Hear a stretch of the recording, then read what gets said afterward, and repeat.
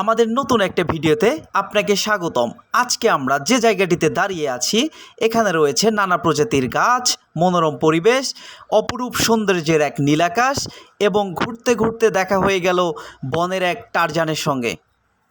Hello everyone, আসসালামু আলাইকুম। আশা করি সকলেই ভালো আছেন। তো বরাবর আজকে আবারও নতুন একটা ভিডিও নিয়ে আসলাম। আর আজকে আমরা আসলাম রংপুরের মিঠাপুকুরে অবস্থিত ইকো পার্ক। আর এটার নামকরণ ইকো পার্ক নামেই পরিচিতি পায় এখানে।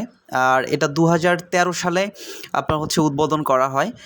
আর এটার যে প্রকৃতির এক অপরূপ সৌন্দর্য তা এখানে ফুটে উঠেছে। এখানে সকল প্রকার গাছ, এক কথায় সকল প্রজাতির গাছ এখানে পাওয়া যায়। আপনার শালবাগানের মতো করে আর কি এখানে যত প্রকার গাছ রয়েছে সবগুলোই এখানে রয়েছে। আর এর যে প্রকৃতির সৌন্দর্যটা আসলেই মনোমুগ্ধকর। এক কথায় এখানে যদি আপনারা না আসেন বুঝতেই পারবেন না কখনো।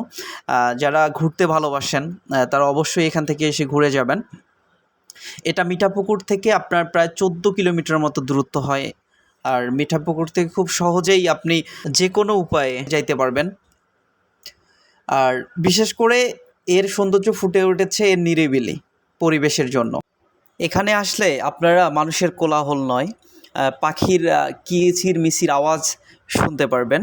এবং যারা প্রকৃতিপ্রেমী রয়েছেন তাদের হৃদয় একদম প্রাণ জুড়ায় যাবে এমন একটা জায়গা এটা। তো অবশ্যই সবাই এখানে আসবেন।